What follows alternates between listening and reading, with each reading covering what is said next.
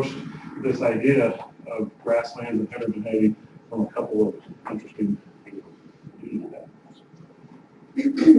All right, thanks everyone for coming. It's great to have so many people here. So before I get into my talk, I wanted to say a few thanks to various people. So Mark had already mentioned the Nebraska Game Parks Commission funded a lot of this research. The Sustainable Agriculture Research and Education Program through the USDA funded my human dimensions, where National Science Foundation are the IGER people. So I had 3 years of funding through them. I have to say a big thank you to my field technicians who helped me in the 2 summers I was out in the sandhills collecting data.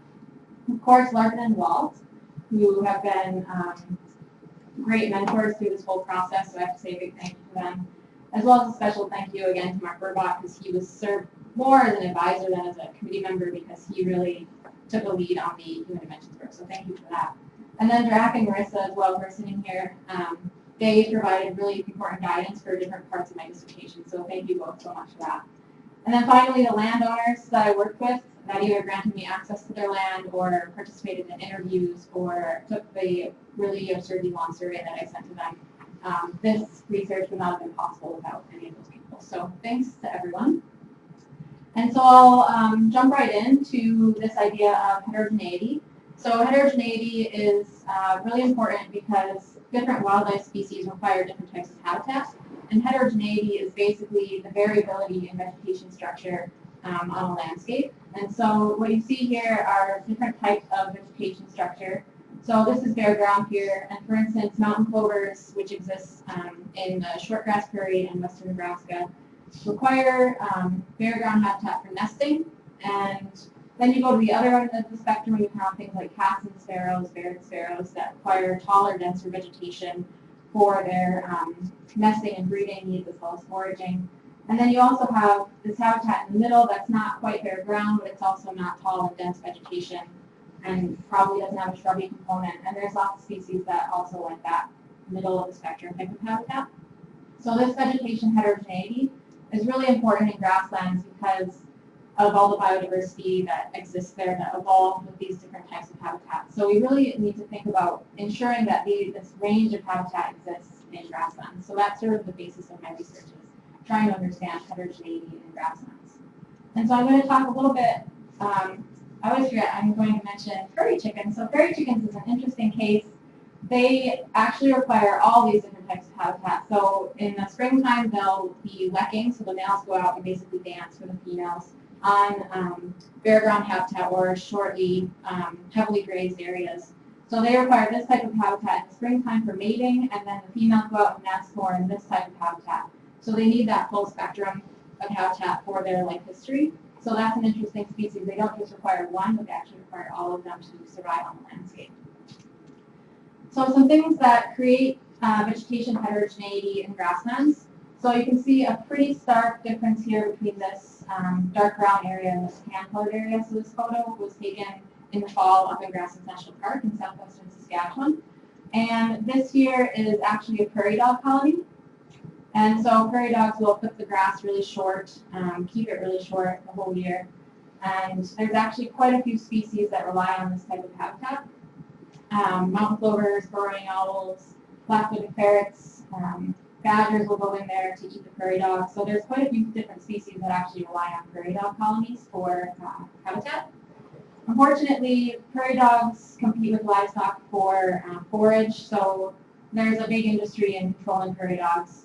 Prairie dogs' range has shrunk drastically. Their numbers are way down. They're also now having trouble with plague, so they're even more decimated. But on private land, beef producers really don't like prairie dogs, so they control prairie dogs or eradicate them altogether. Next up, we have fire is another ecosystem driver. So fire basically moves through a landscape and takes all the above ground vegetation off, and you end up with a landscape that can look something like this. So it looks pretty black and it looks pretty dead. But then as long as you have some soil moisture, you'll end up with good growth after that fire. And so there's different species that would also like this type of habitat because there's less glitter there, so it's easier to move through the grass to be able to forage. And so this type of habitat is important for wildlife as well. Unfortunately, range fires are also not approved of by beef producers. They tend to suppress wildfires, and they don't use prescribed fires on their land typically, at least in the Great Plains and western grasslands. So we've sort of gotten rid of that disturbance across the Great Plains. Finally, we've got grazing, which can cause patchiness in the vegetation structure. So grazing animals are selective, so they like certain species more than other species. They'll also go where they can more easily get to the vegetation. So if there's areas with bunch grasses that have a lot of litter sort of down in the base of the plant, then they'll sort of avoid those plants as well. So you end up with this patchiness in habitat here. So bison can do that, but also livestock can do that. Bison also create wallows, or grazing animals can sort of begin these blowouts, which are open habitat, which is actually also important for things like blowout hemstemon, which is an endangered species in the Nebraska sandhills. So basically we need all these different types of habitat, and prairie dogs, fire, and grazing animals can create them. But with grazing animals, we've changed that disturbance since moving from bison roaming across landscapes to fencing cattle into smaller pastures. So we basically changed their ability to move to preferred areas at their, whenever they decide to, they're basically forced into these smaller areas. Of course, sandhills pastures are quite a lot larger than that, but this just shows you sort of what we've done. Instead of having large herds of animals moving across the landscape, we have these small pastures that we manage fairly intensively, moving cattle through each one, really about optimizing meat production. So that has also changed the vegetation heterogeneity that's available out on the landscape. So with these three things, getting rid of prairie dogs, suppressing fires, and changing the grazing out on the landscape, what we think is happening is a narrowing of the habitat spectrum towards the middle. So Fullendorf and his colleagues call this managing to the middle. And so this is what we think is happening because of the removal of those disturbances. However, every landowner manages differently. And so this is sort of where I came at this question was, because landowners do everything differently, they might use different stocking rates, they might use different seasons of grazing, they might have different sized pastures, they move more frequently or less frequently through pastures. We think that that may have something to do with creating heterogeneity on the landscape. So I came at this question from two angles. So I had an ecological field study where I went up to the sandhills and collected information on grazing management. And then I also have a human dimension study, which I'll talk about later on, to try to understand what landowners think about vegetation heterogeneity. So for the first study, there's this idea out there that because every landowner is doing something very similar, they're optimizing beef production, basically, we expect that that is managing to the middle. So you go through, this diagram is showing basically 4 ranches, and they're all doing exactly the same thing, which is optimizing beef production. And you end up with a landscape that looks very similar all the way through. But if landowners are actually doing something differently, every landowner, like I said, every landowner does something differently, you might actually get heterogeneity. So you might get some taller grass that's left ungrazed and some shorter grass that's more preferred and grazed heavier. And so the question becomes, are grazing strategies that landowners use enough to increase vegetation heterogeneity on the landscape? So some grazing strategies that landowners use, one of them is seasonal continuous. Basically, cattle are put into a pasture at the beginning of the growing season and not removed until the end of the growing season. And because of that, there become areas that are grazed heavier, those areas that might be closer to water sources, or they avoid areas that have steeper slopes. So you end up with this patchiness in vegetation structure. So you might expect to have, some different birds living in these different types of areas in those pastures that are grazed for the full summer. Management-intensive grazing is where a beef producer has many pastures and they move through those pastures relatively quickly. And so the cattle are basically fenced in a smaller area for a shorter amount of time, but they're forced to eat more of everything that's in that pasture. So we expect the vegetation structure to be pretty even across that pasture because they're forced to eat everything. And then they move through pastures sequentially over the course of the summer. Dormant season grazing is another strategy if someone has some leased land that they can move on to, so they keep their cattle on their own place in the wintertime and only graze their own pastures over the winter. And nothing is growing in the wintertime, so that should have a different effect on the species composition that's there. And finally, there's some rotational strategies. These have fewer pastures and management-intensive grazing, typically between 4 and 6 pastures. Cattle are moved through them slower, so there might be a little bit more heterogeneity in those because the cattle can be a little bit more selective and don't have to just eat everything in full pasture. So deferred rotation strategy is where a single pasture is deferred until after the growing season, and a different pasture is deferred each year, so they sort of rotate through, and that sequence of moving through changes every year. And then for my particular study, we had another rotational strategy that we called fixed rotation. It didn't fit into the categories.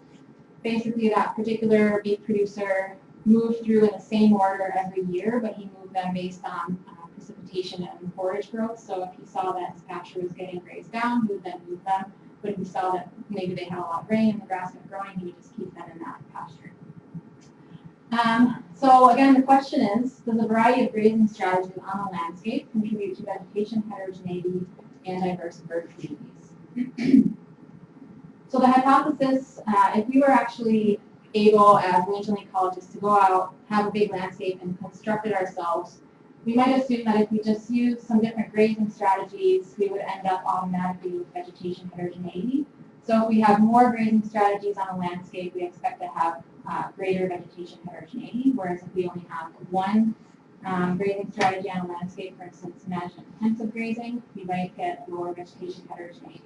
Basically, these down here are just the codes for the different grazing strategies. So MIG is management-intensive grazing, DR is deferred rotation, C is seasonal continuous. And so again, more grazing strategies on a landscape, greater vegetation heterogeneity. That's the hypothesis. So my study was conducted in Nebraska sandhills, which is the big yellow area on this map. It takes up about a third of Nebraska, and it's a large intact native grassland. It's got a mixture of tall grass and mixed grass species, mostly used for beef production. And my study was completed in 2014 and 2015, and my study area was located southwest of Valentine, Nebraska. So my study design, for those of you familiar, this is Merritt Reservoir, and this is the Pelican National Forest here. And so I had 6 management units that were on private land and 5 that were on public land. The 5 on public land were leased out to private landowners for grazing. And it's important to note that because these ranches and samples are so large, it's not possible to sample every single pasture within a grazing strategy. So what we did was we subsampled a number of pastures. For example, this one here was a management-intensive grazing strategy, and he actually had well over 20 pastures that came out somewhere around here.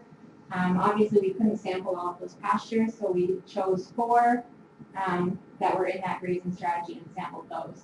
Similarly, everywhere else, this is a deferred rotation. There were actually 4 pastures in that grazing strategy, but we chose 2 of them to sample. Seasonal and continuous, by definition, has a single pasture, so we can sample that one pretty easily. So if I blow this one up here, this management unit, blow it up here, on each of those we had a grid of 24 points where we collected information on vegetation structure and bird abundance. And we had a total of 264 sampling plots across the study area. So this is just a breakdown of the grazing strategies that I sampled and if they were on private or public land. Just one thing to note, we did have mostly deferred rotations. That's the most popular grazing strategy in that area. So we had 5 of those, and we had a couple of management intensive. We had a couple of seasonal and continuous. So for field methods, at each of those 264 plots, we sampled vegetation structure in a frame at 50 and 100 meters in the 4 cardinal directions. So that's basically these rectangles here. So we had 8 samples per plot. So 8 times 264 is 2,112 vegetation samples for each summer that we were out there. And so at those plots, we measured visual obstruction reading using a Robel pole, litter depth. We did some composition like grass cover, forb cover, bare ground cover.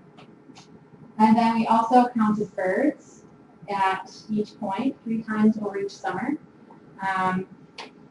There was a single observer that went to each point. This picture shows 3 because this was during training. That's Ethan right there. And we counted birds for 6 minutes from sunrise until about 10 a.m., which is typical point count methodology. So, getting into some analysis for this landscape heterogeneity question, trying to understand if this hypothesis actually holds true, we basically simulated landscapes from the empirical data. So, the way that I did that was for each of these points here on this graph, I took half of the data, for example, visual obstruction reading. I took half of the visual obstruction readings from this management-intensive grazing management unit and half from this management-intensive grazing unit. And I put those together, and I calculated standard deviation, which is an indication of vegetation heterogeneity. And then I had the simulation repeat that 10,000 times. So I ended up with 70,000 data points to try to determine if this pattern basically holds true.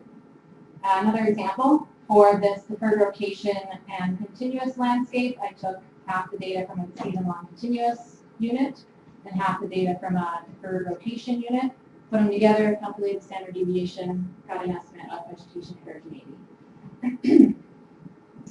So the results from that analysis are that that hypothesis is not supported. Basically, you see that there is no increase in vegetation heterogeneity as you increase the number of grazing strategies on the landscape. So this left one shows visual obstruction reading heterogeneity. This right one shows litter depth heterogeneity. Both in 2015, the results are the same for bare ground and for all of the analyses in 2014. So I'm just going to show you those two and say that the hypothesis was not supported. Grazing strategies don't contribute to vegetation heterogeneity. So then I wondered about bird communities. Are there different bird communities across the landscape based on these grazing strategies? The idea is that, well, vegetation heterogeneity isn't that different. Maybe the bird communities aren't that different, but we should probably look at it and see for sure. So for this presentation, I'm going to show you 2 analyses that I did. One was looking at differences in bird communities by grazing strategy, and the second was looking at differences in bird communities by stocking rate. So stocking rate is animal unit months per hectare, so that's basically how heavily was a pasture grazed, how long were the cattle in the pasture, what size of pasture were they in. And so these are just some examples of some birds that we actually detected out in samples. So I'll go through what this graph means. So to look at bird communities, I use non-metric multidimensional scaling. Basically what that does is it calculates pairwise similarities. So every pasture, the similarity of every pasture to every other pasture is calculated. And then the program that I use takes that information and plots it on a 2-dimensional graph that you see here. And so the pieces of this graph are, so each of these 4-letter codes here is a bird species. So this particular one is orchard oriole. We've also got grasshopper sparrow down here in the middle.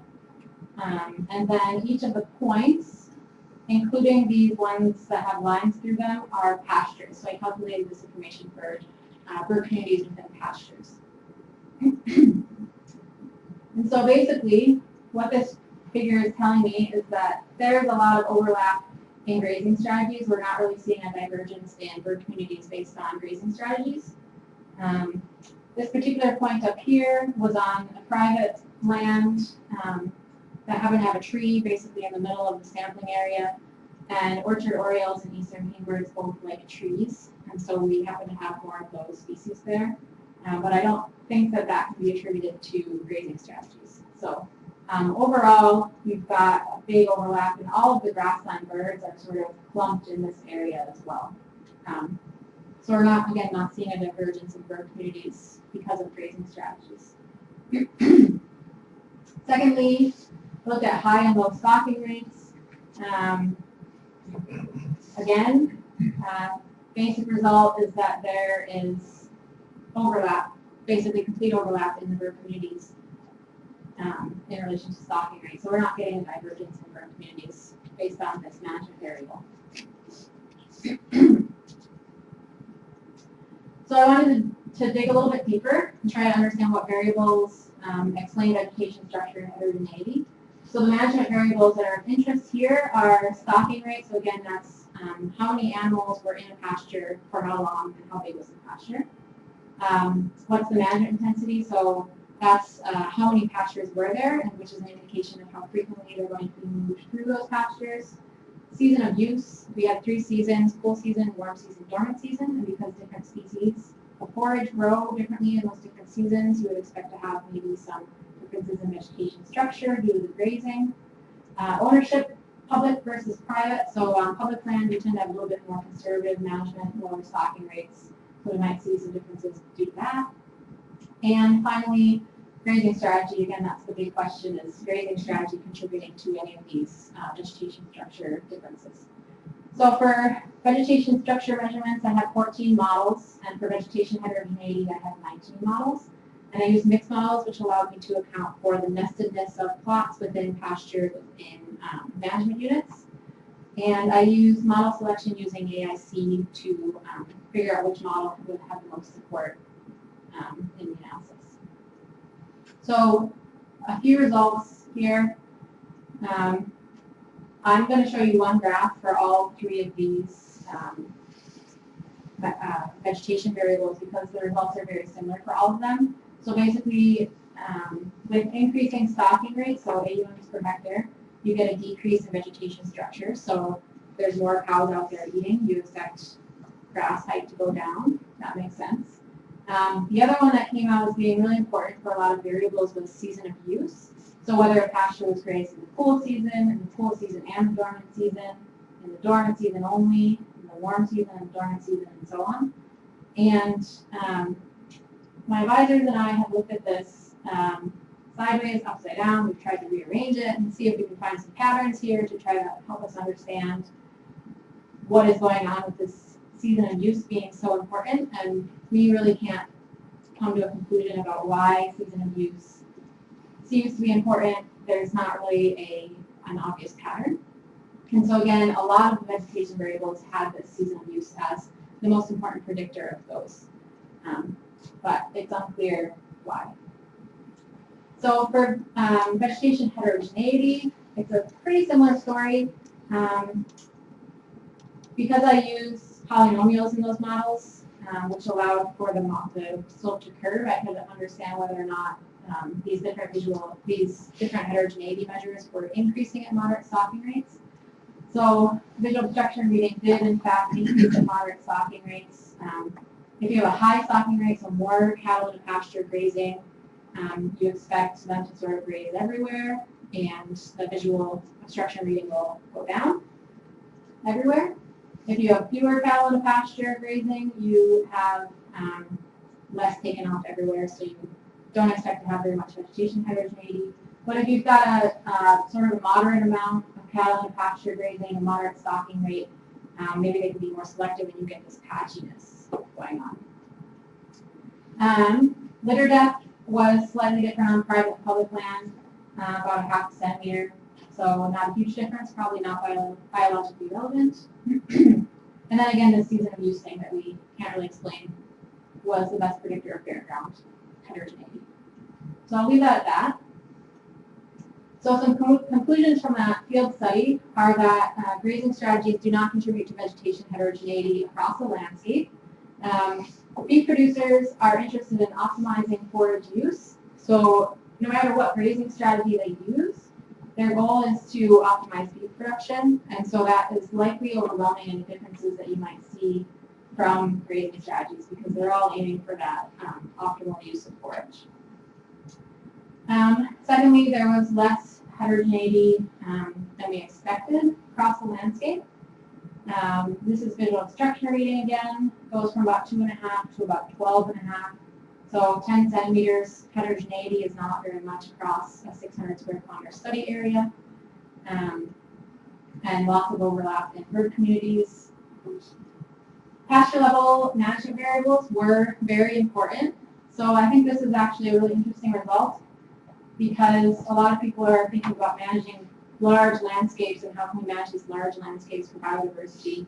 But my results suggest that it's important to think about managing the management units that actually see the disturbance. So if you can manage a pasture within the context of a landscape, you might start being able to create that those differences in vegetation structure.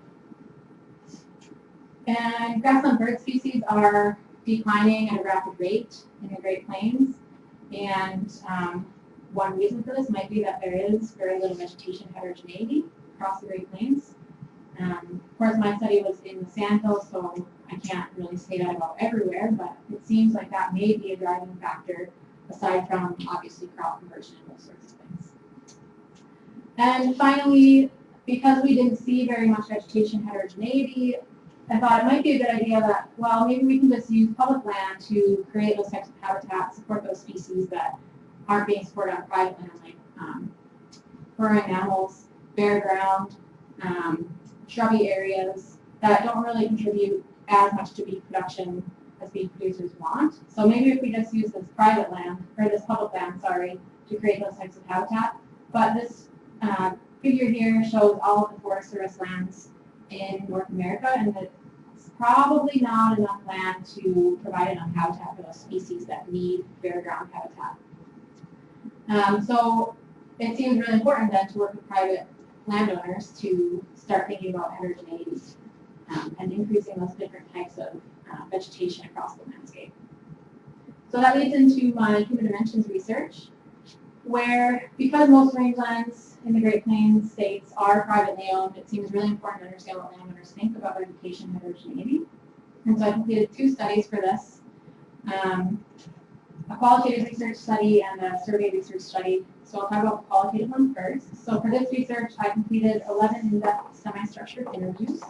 Basically, I had a set of questions that I wanted to ask the landowners, but then we could sort of, the conversation could flow based on what they thought was most relevant to those questions. And I completed those interviews in North Dakota, South Dakota, and Nebraska. And the people I interviewed were all beef producers, ranged in age from 35 to 70.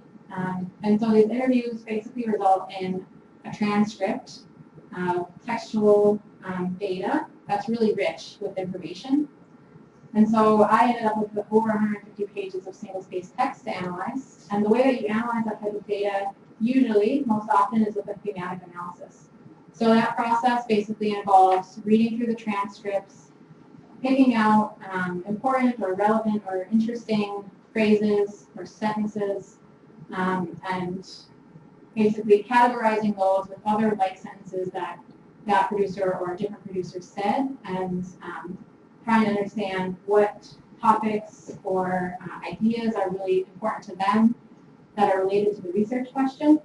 And then you take those sort of categories and you merge them up into what are called themes. And so those themes cover a topic area that are supported by quotes from the producers. So again, the themes emerged from the interviews. So my analysis resulted in 7 themes.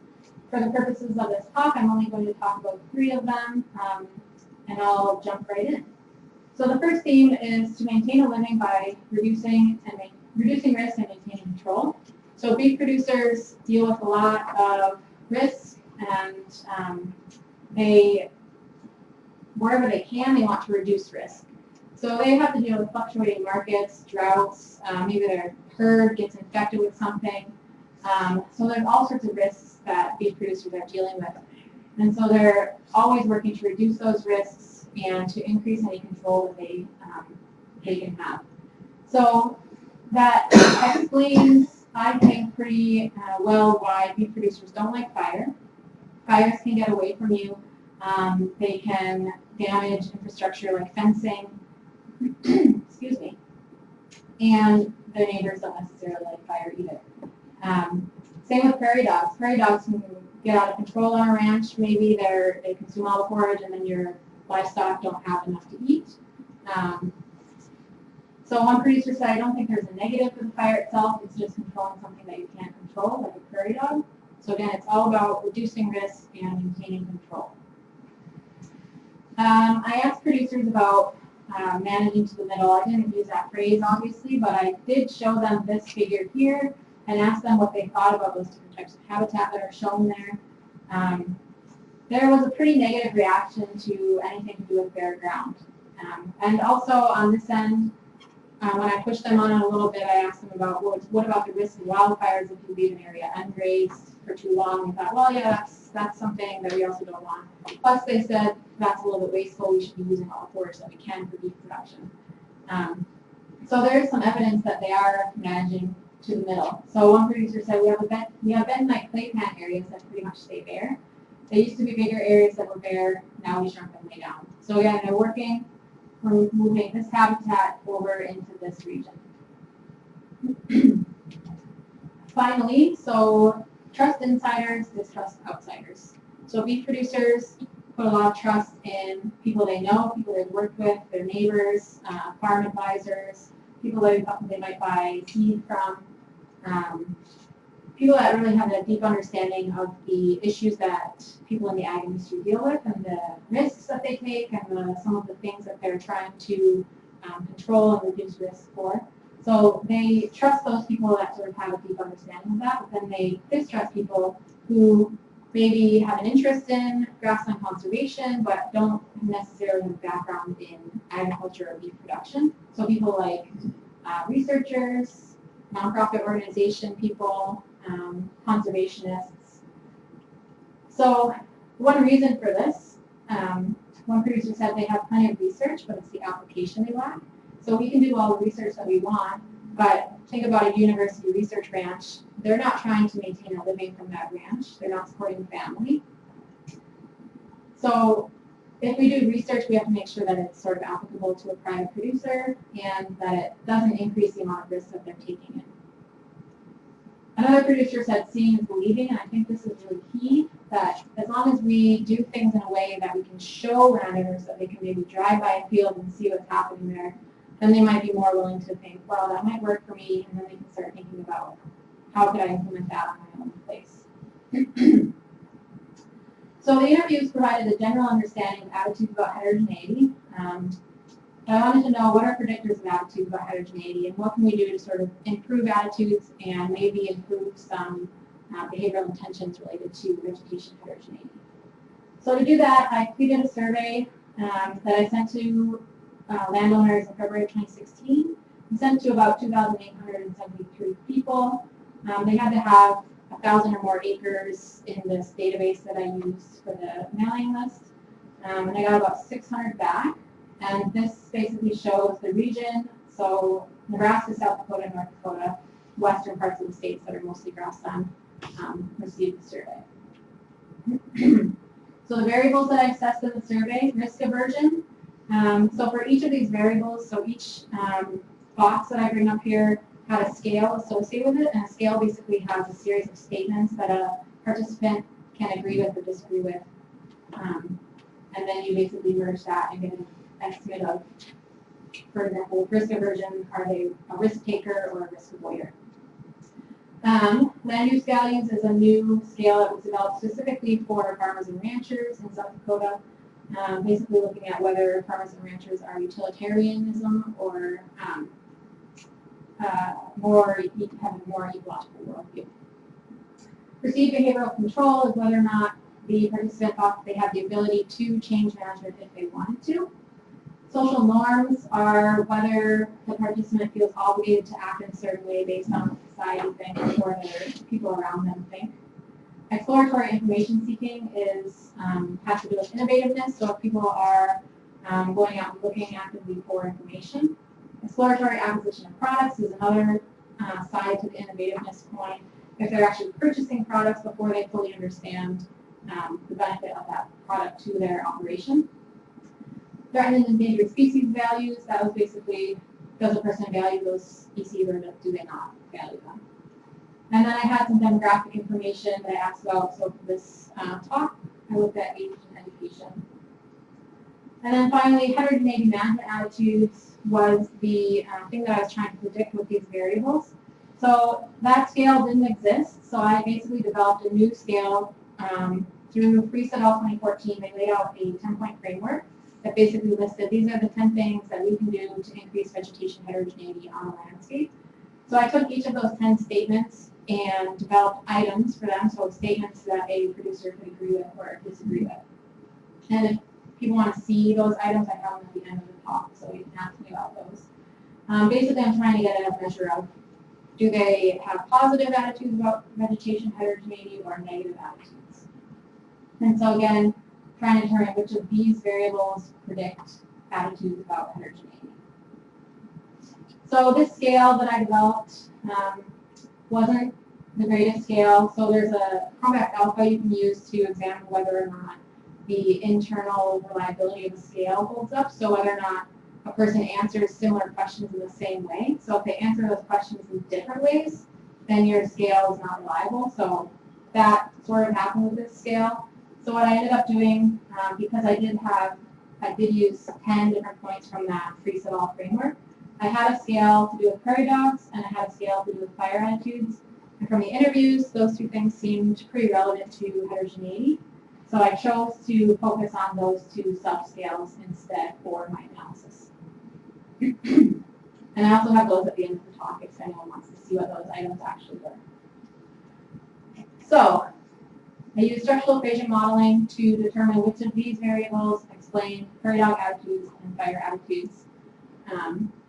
So land use values, if you had more utilitarian values, you had lower attitudes about prairie dogs. If you had an ecological worldview, you had more positive attitudes about prairie dogs. Social norms and exploratory information seeking were both negatively related to prairie dog attitudes, and threatened and endangered species were positively related. So this one's kind of interesting to me because it says that really the driving social norm in these Great Plains communities is a negative view of prairie dogs. So if you go against social norms, disagree with them, you have more positive attitudes about prairie dogs. So I think that's pretty interesting. Fire attitudes is explained only by these two things: exploratory acquisition of products and threatened and endangered species values. So if you're buying products before you have full understanding of whether they'll be valuable to you, you have more positive fire attitudes. Yeah, that was kind of an oddball. So the second step of this survey was to try to determine what I could do to improve behaviors that are related to vegetation heterogeneity and landscape management. So for this talk, I'm calling it conservation behavioral intentions. And I used the theory of planned behavior to do this. Basically what the theory of planned behavior says is that attitudes, social norms, and perceived behavioral control predict behavioral intentions. And this is a well-founded theory in sociological literature. And then recent extensions suggest that there's other value suspicions, demographics that can indirectly influence behavioral intentions through attitudes, social norms, and perceived behavioral control. So I had all the pieces to conduct this analysis. So I went ahead and so these are just some examples of the behavioral intentions that I asked about. So one of them is alter management to provide habitat for threatened or endangered species. Another was work with a neighbor on invasive species control, so looking at that sort of landscape idea. And then another was temporarily overgraze some of my pastures to create wildlife habitat. So the participants could indicate how likely or unlikely they were to do these things in the future. So these are the pieces I had.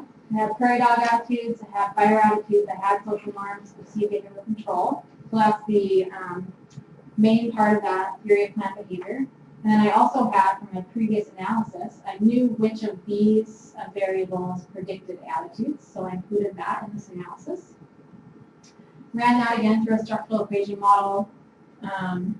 and these are the results from that analysis. So prairie dog attitudes and fire attitudes are both positively related to behavioral intentions. So the more positive your attitudes about fire or prairie dogs are, the more likely it is that that person was going to engage in conservation behaviors, like those 3 items that I showed you before. I think it's interesting that social norms did not have a significant relationship, so that was not a driver of behavioral intentions. But again, it was important to predicting prairie dog attitudes. And then threatened and endangered species had pretty high, strong relationship with these attitudes, which I showed you before. So my takeaway from this is basically that if we can somehow improve attitudes about prairie dogs, about fire, and about threatened and endangered species, we might actually be able to get people to be more likely to engage in these conservation behaviors that contribute to vegetation heterogeneity on the landscape. And obviously perceived behavioral control. So if a person doesn't think that they have the ability to change their management, then they're probably not going to agree to those behavioral intentions. They don't think they have the ability to change if they even wanted to. So this is my last slide. It seems to me that we have 2 groups of people that are interested in grassland management. We've got producers as stewards, and we've got rangeland ecologists. They're probably not the only 2 groups, but we'll just leave that there for today. Producer stewards are interested in this middle of the spectrum habitat because they are optimizing beef production, and that's the best region to be in for increasing forage use efficiency, ensuring that their cattle have something to eat, and reducing risks of wildfires. They're interested in maintaining a living. They need to support their families through beef production. And again, beef production is just like key to this producers as stewards worldview. Rangeland ecologists, on the other hand, are interested in biodiversity, ecosystem services, this whole spectrum of habitats to support biodiversity. We're interested in these ecosystem drivers that support those things, so prairie dogs and fire. So this is not to say that there are no producers, stewards who appreciate biodiversity. Most of my producers really had a deep love of the grasslands, and they really liked having wildlife. But those things were not key to their system, their maintaining a living. So we have this disconnect here between producers and rangeland ecologists or conservationists. So I think from my results, my survey and my interviews, it seems like there's a few strategies that we can use to improve this relationship and try to get rangeland ecologists thinking more about what beef producers need and beef producers thinking more about biodiversity conservation. So research on university ranches could be conducted in such a way that it's applicable to private producers. We need to make sure that our research questions are relevant to them, but that are also contributing to these things that are important to society. So if we can do things in a way that we can bring producers in to see what we're doing, we can really show them what we're doing. I think that will be really important to use our university resources to that end. Extension is going to be really key to this as well because producers trust extension agents for the most part. And extension they have positive relationships with beef producers on the land already. So if rangeland ecologists and conservationists can work through extension agents, I think that will be really key to getting our science translated and then understanding also the needs of beef producers and what we're not doing quite right for them.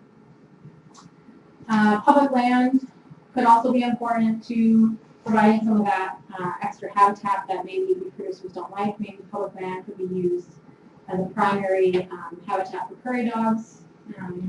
But we can also use private land or public land as a way to conduct research trials, trying to be able to show landowners the research that we're trying to do. And then finally, the NRCS supports a lot of landowners through the Farm Bill, and there's some policies that don't quite line up with our understanding of the current science. So I think it'll be important for us as scientists to work with NRCS in ensuring their policies are in line with science. And again, they also already have working relationships with private producers, so I think that'll be key for us to sort of bridge this gap between producers and rangeland ecologists. So With that, I'll take any questions.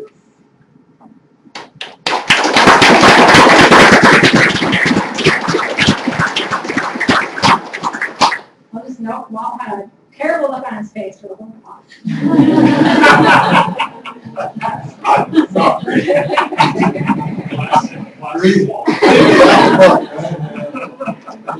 It happened before, so I knew it was bad. Foreshadowing for the next 2 hours. Questions for Maggie? Yeah, Dave.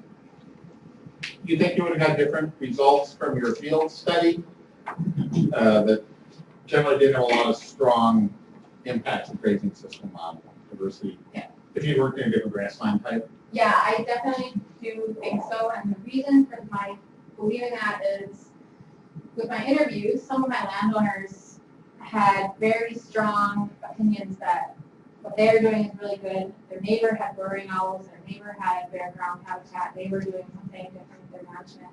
Maybe they were using seasonal continuous.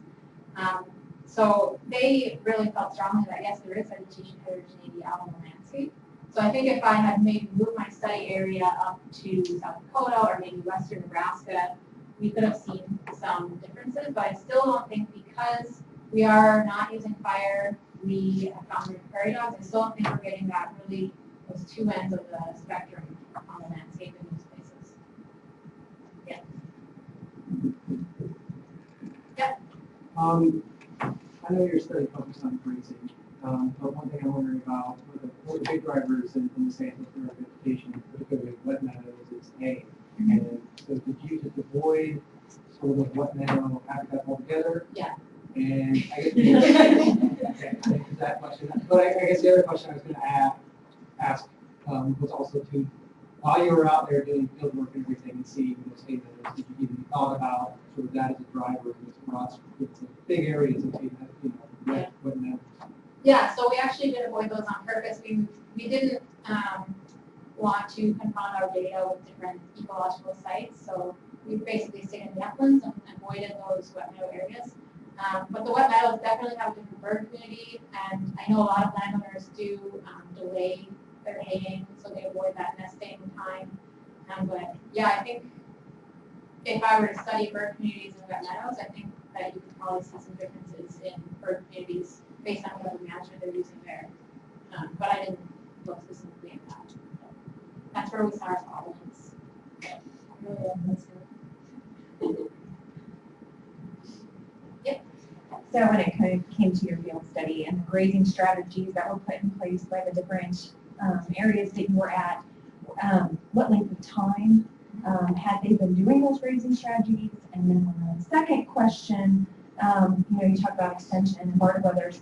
Have those people done anything already that would help that the cause of trying to get these producers to move to more of a heterogeneous type of management?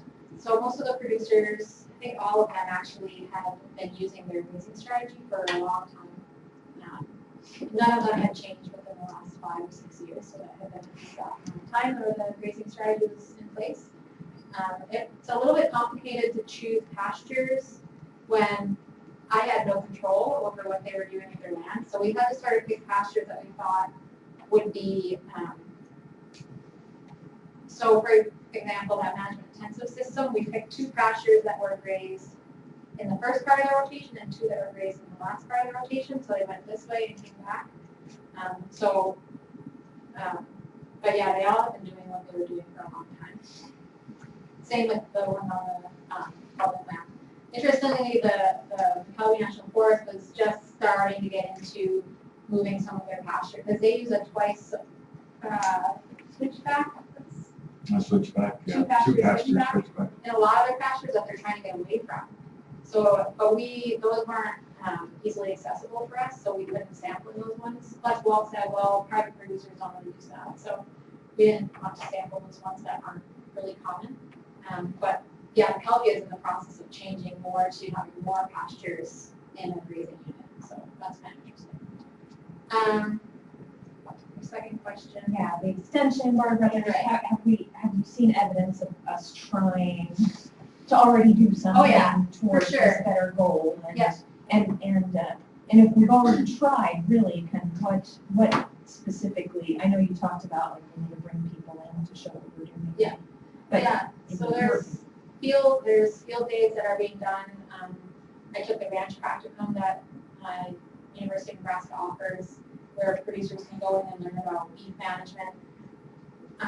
One of the issues that actually some of my participants in the interviews brought up was that they thought that the research being done right now is not in line with what they want to know. So they want to know more about ecosystem services, they want to know more about pollinators, about water infiltration, soil health, those sorts of things. But a lot of the money seems to go to how can we get the most milk out of our cows? Which ear tags are the most effective in staying in? So there were some beef producers that were pretty unhappy with the research that's going on, and they want some more, something more directed towards ecosystems. But I think we've already got the system in place with field days, workshops, so we do a lot of that stuff pretty well already. We just maybe need to redirect some of our research funding. So, I mean, the real key here seems to be the economics of the land. And so it seems the key thing we should be writing as researchers is identify and develop or test management strategies that are as economical or more economical for the land than what we're currently using. Can't just doesn't just try to change their attitude about endangered species about prairie dogs. It really just comes out range pretty marginal economically, and it's either got to work with them financially or not. And I think that's pasture and grazing would be one of those efforts about it, show that you can use a different technique and still have the same economics come out of it, but you get a different biodiversity outcomes. Yeah. And sand is a great place for kind of self-fire system. Yeah, there's a lot of cool research with that fire grazing interaction and showing that it might actually stabilize beef production over the long term, but it still creates that vegetation heterogeneity that wildlife needs. So, yeah, it will be really interesting to continue on that track of research.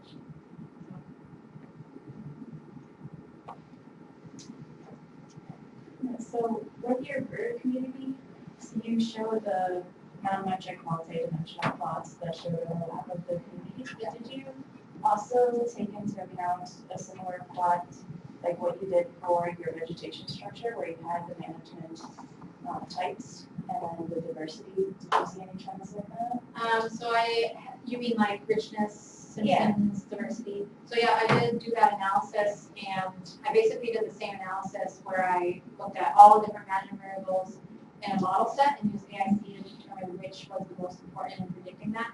And for those particular, for richness, Simpsons index, and for the Shannon diversity index, the only thing that was predictive of those was the warm season stocking rate, and it was a very weak relationship. So, yeah. TJ? Yes, I think I'm sort of on Jay's question, but so heterogeneity is only relative to the amount that could actually exist in the system. And just Sorry, can you because say that again? heterogeneity is only relative to the amount that can exist in the system, Yep, right? yep. Like forests can have a lot more. So on sand flat, there is no heterogeneity, right? It's just sand. So, you don't show a difference between your technique or your grazing management, but what's the actual potential heterogeneity in the entire system, right? I mean, all those could actually represent all the potential heterogeneity in the entire system. Yeah, I think that's a really interesting question, and it's something that Drac and I have talked about quite a bit, is trying to figure, because we don't have a complete understanding of the historical range of variation in vegetation structure, but if we, when you think about blowout versus shrub thicket, that's sort of the big difference you can see in the sandhills, I think. Or obviously if you're in the wet meadow, it's different, but in the uplands, blowout and shrub thickets, I think, are the biggest differences you would get. And people manage against those things. So I think it's the management that's sort of shrinking that variability down. So I don't know anything about the samples, but I mean, both of those things are relatively rare anyway, right? I mean, so your random chance that it's a point on one of those is extremely limited, right? Right, but I don't think they used to be rare. And I think that's the point, is that there used to be more of those types of habitats across the landscape. And so now that we have shrunk it down for beef production, for increasing forage use efficiency, we've sort of gotten rid of those things. So there's some old pictures of blowouts that would maybe cover like an entire range of hills, and we just don't see that as much anymore. People don't want them. Did you sample any place that was ungrazed? This is struck you that there are not that was actually ungrazed in a given year. Yeah, we thought about trying to find some places that were ungrazed, but then because that doesn't typically exist on private land, and we were really interested in what happens on private land, we decided not to. Plus, I don't think there were any areas that were. The Forest Service has some weird spots that are like fenced off, but they're pretty strange. So we decided to avoid those little patches in the Forest Service, and there weren't really any other options for ungrazed. The refuge we could have possibly used, Valentine National Wildlife Refuge is right there. They do graze the refuge, but at a much lighter stalking rate and less frequently. But they're also starting to do some burning, and there's a lot more lakes and wet meadows on the refuge, so we decided to avoid that area as well. You have a question? And considering the human dimensions component of your project, given the swamping out of everything else that's going on through behavioral control metric, could you dig deeper into what might be driving that lack of behavioral control attitude that people are having? Because if you don't change that attitude, you're not going to get anywhere. It looks like. Yeah. Yeah, I didn't actually dig further into that. But that would be interesting. So I want to connect, I think, with TJ's question, right? So theoretically speaking, maybe from the college's point of view, do you deal with the new normal, or do you want ranchers to go back, like try and switch the rangeland back to the way it was? Well, I mean, that's an interesting question, and something that people deal with a lot in restoration and trying to determine what is it that we actually want to get to. So I think the key, from my perspective at least, is ensuring that there's habitat for all the species that exist in the sandhills or across the Great Plains. And so if we can do that without sort of tearing out all the fences and putting bison back on the landscape, I think that obviously would be the best thing. And I do think it's possible that it might take 50 years, but I think we can work with people who own the land to sort of try to create more of that heterogeneity. And maybe people will start to see some benefits from prairie dogs, and then you get the mountain plovers back. So, and there's a lot of cool research trying to look at the interaction of prairie dogs and grazing, the interaction of fire and grazing, and it seems like maybe those things aren't as bad as the producers think. But again, you have to think about their bottom lines. So if I'm a rancher, those are the two top things that you're going to suggest. The other options are grazing really hard in an area, but you still don't get quite the same effect as a fire would do, but you might be able to create some habitat that has less vegetation structure on it. So some producers, but then that increases their risk.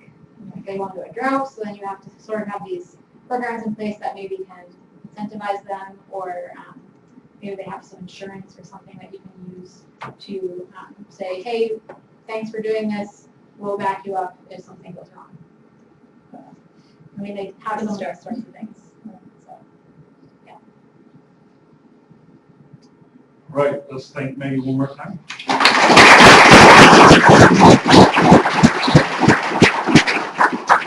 Exit through these doors, there are a lot of food items. Yeah, lots of donuts.